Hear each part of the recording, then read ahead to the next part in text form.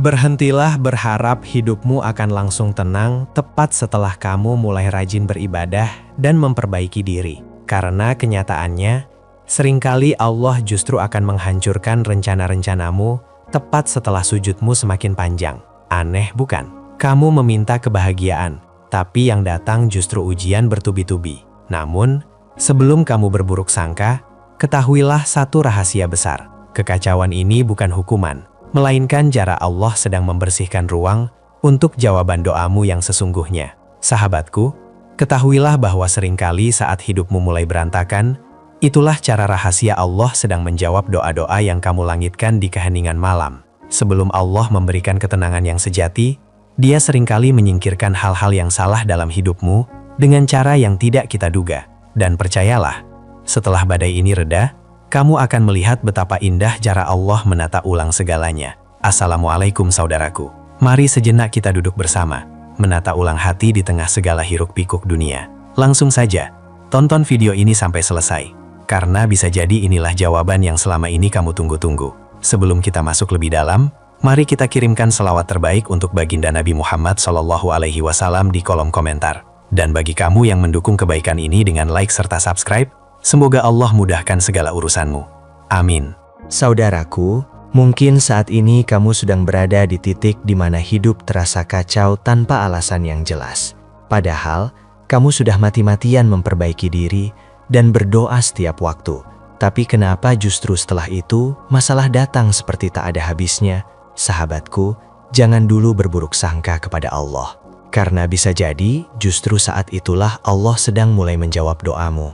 Ada masa ketika Allah justru mengguncang hidupmu terlebih dahulu. Dia mengacaukan rencana-rencanamu, mengguncang kenyamananmu, dan memporak-porandakan hal-hal yang kamu anggap pasti. Namun, semua itu bukan karena Allah ingin menyakitimu, tapi karena Dia ingin membersihkan jalanmu agar kamu bisa sampai pada jawaban doa yang sesungguhnya. Ingatlah kisah Nabi Yusuf alaihi salam.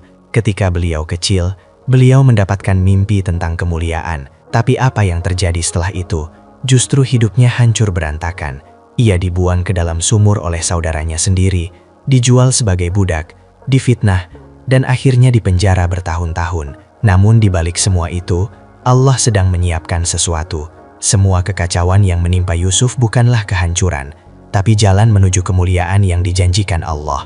Begitulah juga hidupmu saudaraku. Setiap doa punya jalan pintas menuju arsy. Ketika kamu merasa doa-doamu tidak dijawab, bisa jadi kamu sedang berada di tengah proses itu. Allah sedang menyusun setiap kepingan hidupmu, agar suatu hari kamu melihatnya sebagai mozaik yang indah. Pernah ada seseorang yang berdoa agar diberikan rejeki yang berkah. Tak lama kemudian, ia kehilangan pekerjaannya. Ia marah, merasa doanya tak dikabulkan. Tapi beberapa bulan kemudian, ia memulai usaha kecil yang akhirnya justru menjadi sumber rejeki yang lebih luas, lebih tenang, dan penuh keberkahan. Ternyata doa tersebut dikabulkan bukan dengan menambah pekerjaan lama, tapi dengan menutupnya dan menggantinya dengan sesuatu yang jauh lebih baik. Sahabatku, Allah berfirman dalam surah Yusuf ayat 87. Innahu la yai'asu mir rauhillahi illal qaumul kafirun. Artinya, sesungguhnya tidak ada yang berputus asa dari rahmat Allah kecuali orang-orang kafir. Ayat ini menjadi pelajaran bahwa keputusasaan bukanlah sifat orang beriman. Karena setiap ujian seberapa berat pun selalu membawa harapan di dalamnya. Allah tidak pernah meninggalkanmu, bahkan di saat kamu merasa hidupmu berantakan. Ketika hidupmu mulai kacau setelah berdoa, jangan langsung menganggap Allah menolak doamu. Bisa jadi Dia sedang menghapus hal-hal yang tidak sejalan dengan doamu. Kamu meminta kebahagiaan, maka Allah menyingkirkan orang yang membuatmu terluka. Kamu meminta ketenangan, maka Allah menutup pintu-pintu yang selama ini membuatmu resah. Kamu meminta kekuatan, maka Allah mengirimkan ujian yang membuatmu tumbuh. Setiap kekacauan adalah bentuk kasih sayang yang belum kamu pahami. Sahabatku, tidak ada doa yang sia-sia. Allah tidak pernah menolak doa seorang hamba. Hanya saja, Dia menjawabnya dengan cara yang paling tepat. Karena itu, jangan takut dengan kekacauan. Jangan takut ketika hidupmu terasa goyah setelah kamu berdoa. Bisa jadi itu bukan pertanda kamu gagal, tapi pertanda bahwa Allah mulai bekerja di dalam hidupmu. Sabar dan tetaplah yakin, karena setelah badai akan datang ketenangan. Dalam hidup ini, kita sering mengira bahwa ketika doa dikabulkan, maka semuanya akan terasa tenang dan damai. Tapi kenyataannya, Allah tidak selalu menjawab doa dengan cara yang kita inginkan. Kadang saat kamu berdoa meminta kekuatan, yang datang justru ujian yang membuatmu lelah. Saat kamu berdoa meminta kesabaran, Allah datangkan orang-orang yang menguji hatimu. Disitulah tanda bahwa Allah sedang mendidik jiwamu. Sebab, jika semua keinginan datang begitu saja tanpa perjuangan, kamu tidak akan tumbuh. Saudaraku, pernahkah kamu mendengar kisah seorang sahabat Nabi yang bernama Khobab bin Al-Arad radhiyallahu anhu? Beliau disiksa dengan sangat kejam karena keislamannya. Rasulullah Shallallahu Alaihi Wasallam menjawab keresahannya dengan penuh keteguhan bahwa orang-orang sebelum kita disiksa lebih berat, namun hal itu tidak memalingkan mereka dari agamanya. Allah akan menyempurnakan agama ini, tetapi terkadang kita sebagai manusia terlalu tergesa-gesa. Hadis riwayat Bukhari nomor 3612.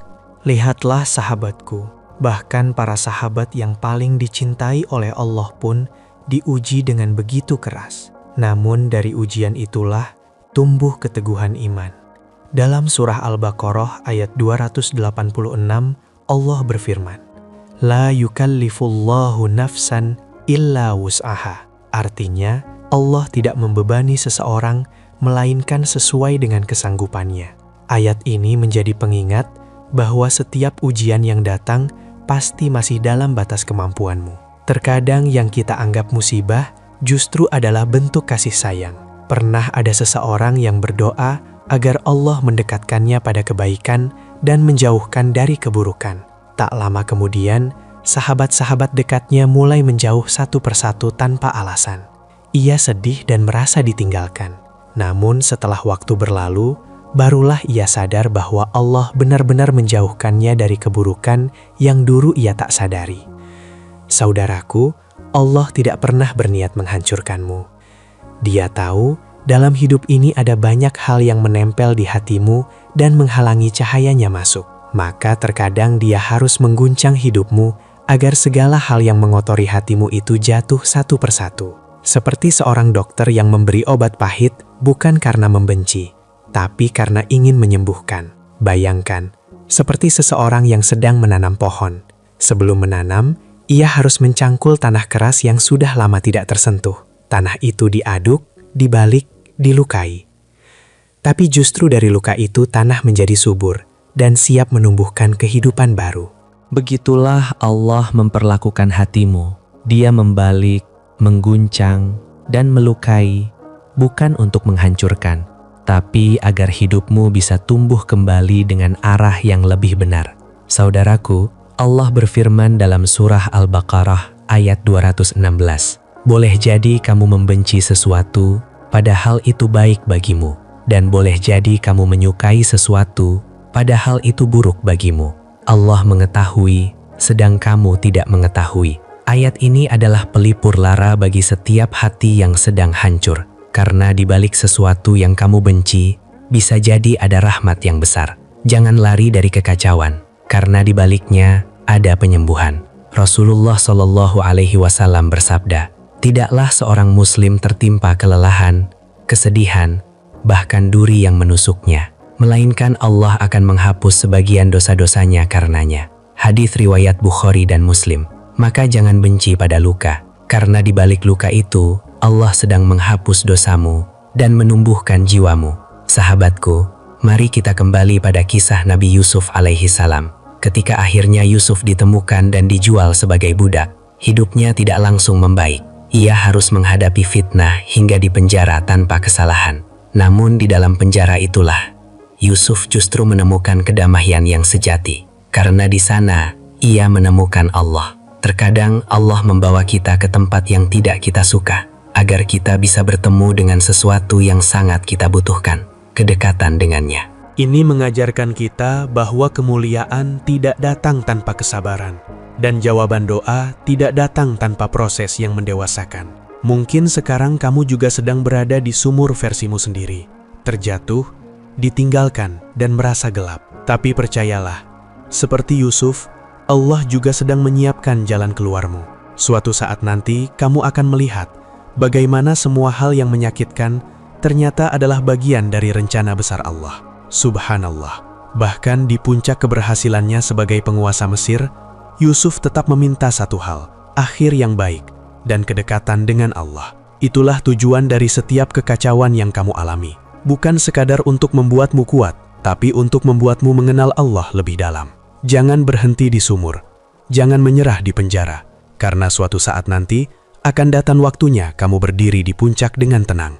Kamu tahu sahabatku, tanda bahwa Allah sedang hadir dalam hidupmu bukan ketika semua berjalan lancar, melainkan ketika hidupmu diguncang, namun hatimu justru semakin sering kembali kepadanya. Allah sedang menata ulang arah hidupmu, memindahkanmu dari jalan yang kamu sukai ke jalan yang kamu butuhkan, dan proses itu seringkali terasa menyakitkan. Hasan al-Basri rahimahullah pernah berkata, terkadang Allah menutup pintu dunia untuk seorang hamba agar ia tidak tenggelam dalam kesenangan yang menyesatkannya. Ujianlah yang membuat hati tetap hidup. Jika kamu diuji tapi masih punya keinginan untuk berdoa dan bersabar, itu tanda Allah masih menaruh rahmat dalam hatimu.